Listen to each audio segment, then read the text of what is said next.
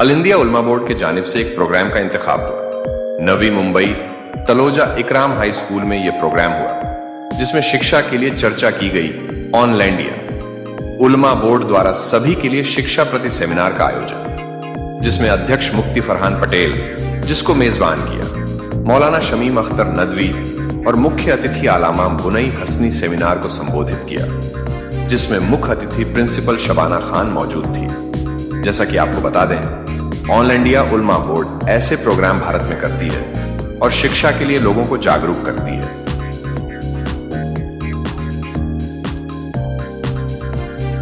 बहुत शुक्रिया all India उलमा बोर्ड का,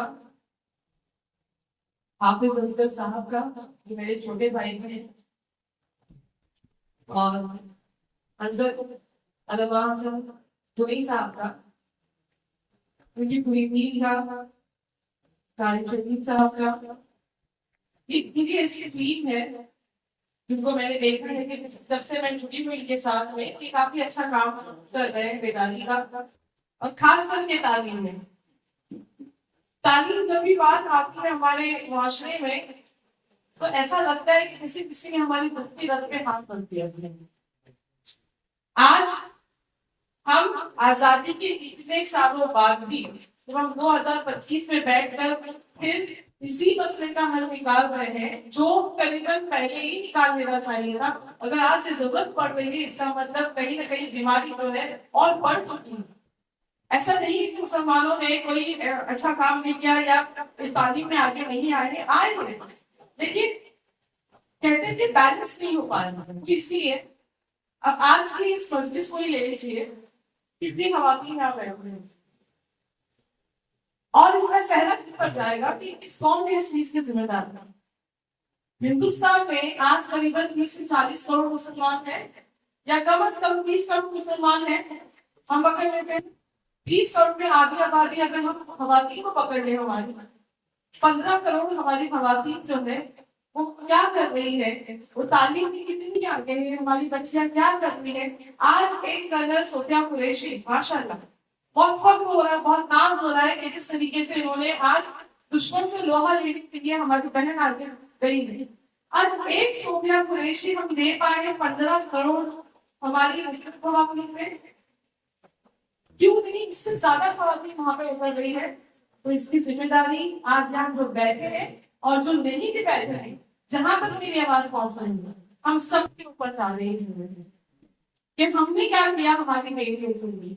मकतब खुलते हैं पर बेटों के लिए खुल रहे हैं, मदरसे खुल रहे हैं पर बेटों के लिए खुल रहे हैं। तो गिने चुने काम होते हैं हर एक एरिया में जहाँ पे हम अपनी बच्चियों पर ध्यान दे रहे हैं। तो आज यहाँ पर अगर मैं किसी की जहन में बात डाल पाऊं, तो मैं समझूंगी कि आज मेरा यहाँ आना और इस महफिल का जो सजना है वो मुकम्मल हुआ या कामयाब हुआ। कोशिश ये है कि हम एजुकेशन फॉर ऑल बोलें। जब हम इस मकसद की बात कर रहे हैं कि हम एजुकेशन फॉर ऑल की निस्बत से यहाँ जमा हुए, उस फिक्र से हम यहाँ पर जमा हुए, तो उस फिक्र को अमली जामा पहनाने का काम भी हमारा है। और ये किस तरह से हो, कोई बाहर वाला नहीं आके करेगा, मैंने मेरी बेटी को पढ़ाते हैं अपनी जिम्मेदारी करता, ऐसा करने से काम नहीं चलेगा। कुछ तो लोगों ने खता की थी कि आप सर्दियों में सजा पाई है, पूरी हाल हो गया है। कहीं एक वक्त पे इस चीज को बहुत बड़े पैमाने पे नजरअंदाज किया गया था कि हमने अपनी खवातीनों पे नजर नहीं रखा था। इंसानियत का सबसे बड़ा दुश्मन, उसने अपनी तकरीर में और अपने लोगों से ये कहा था कि तुम मुझे पढ़ी लिखी माए दो, मैं तुम्हें पढ़ा लिखा जो है एक देश देता हूँ। क्योंकि उसको ये बात बता दी कि अगर एक माँ पढ़ती है, बच्ची पढ़ती है, तो उससे नस्लें पढ़ती। खुद हमारे महात्मा फुले हो, डॉक्टर अम्बेडकर हो, सावित्रीबाई फुले हो, फातिमा शेख हो, मौलाना आजाद हो, सर सैयद अहमद खान हो, सभी की तवज्जो इस बात पे रखी थी कि हमें औरतों को, बच्चियों को ज्यादा पढ़ाना है। और अगर हमने ये काम कर दिया, हम ये समझेंगे कि हमने अपनी पूरी जिम्मेदारी आधी की हुई, मैं पूरी जिम्मेदारी की बात, आप एक औरत को पढ़ा दो, वो अपनी नस्ल को पढ़ाने पे लग जाएगी, फिर आपको फिक्र करने की जरूरत नहीं है। अगर काम वहां से शुरू हुआ होता, तो आज एजुकेशन फॉर ऑल पे बात करने की जरूरत नहीं है। तो ये जिम्मेदारी ऐसी ना हो कि हम बजनीस खत्म, ये फिक्र खत्म, हमें ऐसी फिक्र, ऐसी कोशिश है जिसको हम अमल में ला सके, वो हमें बाहर जाकर उसको लाइफ में हर एक जगह पे स्कूल कॉलेज बस आप देख लीजिए किस तरीके से कर्नाटक में हिजाब का मसला होता। हमारी बच्चियां जा रही है, क्या हो रहा है? अब जो तासुब पसंद लोग हैं, फिरका पसंद लोग हैं, वो क्या कर रहे हैं हमारी बच्चियों के साथ में? हिजाब पहन के स्कूल कॉलेज में जाने से मना किया जा रहा है। बच्चियां कहाँ जाएगी? क्या दूसरा दरवाजा खुला है? क्या खोला आपने दूसरा दरवाजा? में हर वो इंसान से कम की जो सुन रहा है, जो देख रहा है, समझ रहा है चीजों को, क्या आप दरवाजे में बच्चे होती हैं? हम कब तक सरकार को, कब तक दूसरे लोगों को ये कहते रहेंगे कि नहीं, हम मुसलमानों के साथ गलत हो रहा है, सभी के साथ गलत हो रहा है? क्या वाहिद देश है कहाँ पर ये सारी चीजें हो रही है? नहीं, ऐसे सही कई जगह पे जो है ऐसे वाकयात हो गए हैं, आपस में लड़ाई हो गई, आजमाइश है, साजिश है, मुश्किल है, परेशानियां, सारी चीजें। लेकिन एक चीज याद रखिए, अगर हम सिर्फ परेशानियों पे रोना चाहते हैं, हम अगर सिर्फ परेशानियों पे सर पे हाथ रखकर बैठना चाहते हैं, तो हम आने वाली सदी में एक ऐसा अंधेरा दे रहे हैं हमारे नस्लों को कि कभी हमारी नस्लें आगे हम ना बन जाए। अमेरिका की एक एथलीट थे, 1912 की बात है, ओलंपिक की उनकी रेस थी सुबह। तो जैसे वो घर से बाहर निकले, वो देखा उनका जूता जो भी होता है। अब एक एथलीट के लिए जूता पहन के भागना बहुत ज्यादा जरूरी है। वो बंदा परेशान हुआ कि मैं क्या करूं। थोड़ा सा उसने यहाँ वहां देखा कि कचरे के ढेर में 2 अलग जूते पड़े हुए थे।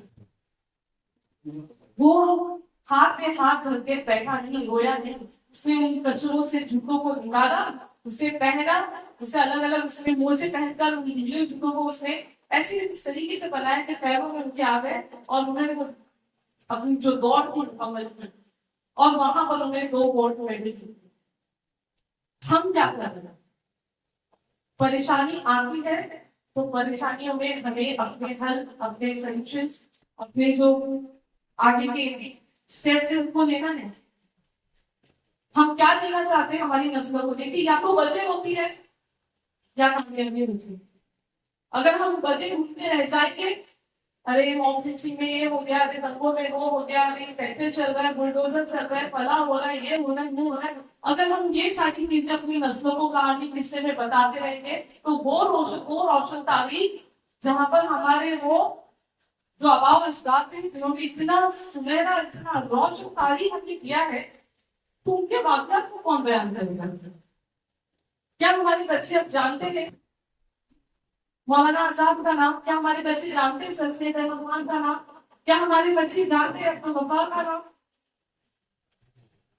हमारे बच्चे नहीं जानते। हमारे बच्चों के आइडियाज ही बदल गए। एक तो तालीम में हम पीछे, लेकिन तरबियत में और उससे पीछे हो गए। जबकि सबसे बेहतरीन चीज जो है हमारे मजहब में पूरी चीज को दी गई, सबसे बेहतरीन चीज एक है तालीम और दूसरा है तरबियत। हमने दोनों को ही छोड़ दिया। अफसोस है कि तालीम और दर्द की मेरे पीछे वो बहुत शानदार रास्ता होता। तो वहां से वो फिक्र लेकर आगे बढ़ना है, हमारे नस्लों को कामयाबी के रास्ते पर पहुंचाना है। वजह नहीं देनी है, वजह तो बढ़ती सदी आगे जाएगी। हर एक वक्त में एक आजमाइश हमारे लिए होगी, और क्या हुई नहीं थी? क्या हमारे नबियों को ऐसी नकल मिली थी? क्या हम नहीं जानते कि पेट में पत्थर बांधे थे? तो वो आजमाइश नहीं दे रहे हैं ना, तो हमें गर्व वेदों में नहीं सुनाया जा रहा है। फिर भी हम बहुत बेहतर तरीके से अपनी जिंदगी को जी रहे हैं। अगर इतनी बेहतरीन तरीके से जीने के बावजूद भी हम अपने लोगों की मदद नहीं कर रहे, हम लोग तालीम में आगे नहीं आ पा रहे हैं, तो कहीं ना कहीं हमारे ईमान में कमी है। और समझना अब भी बहुत ज्यादा जरूरी है।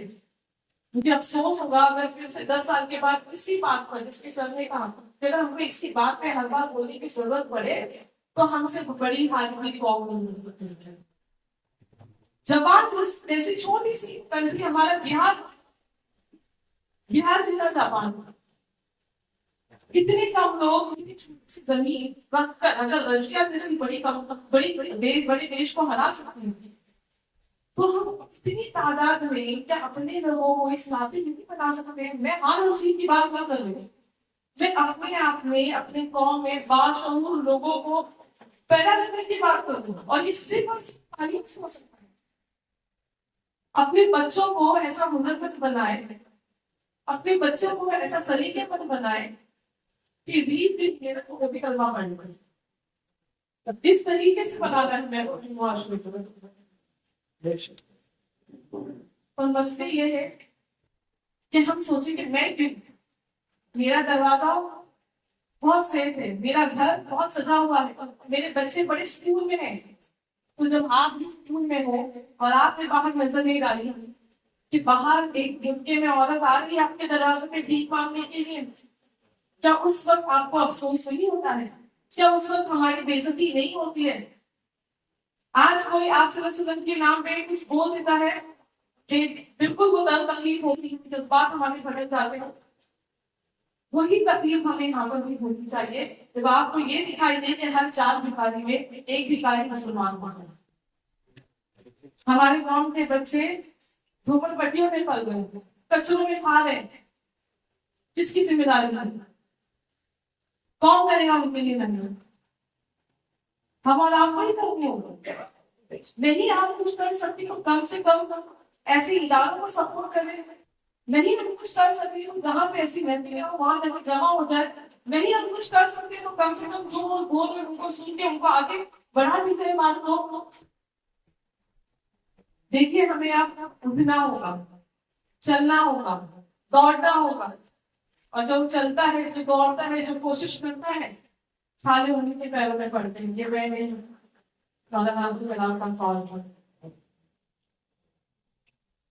गिरते हैं सवाल कहीं मैदान में नहीं वो तिर्फ क्या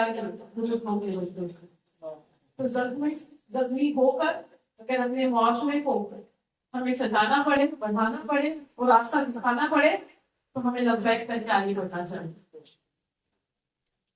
और हर वो फर्ज से मैं कहूँगी जो बैठा है कि आप अपनी किसी की जिम्मेदारी रखिए कि हमें एक मकतब, एक कॉलेज की एक पत्थर को भी हम अगर रख पाए ना तो वो कोशिश के लिए आगे बढ़ता है।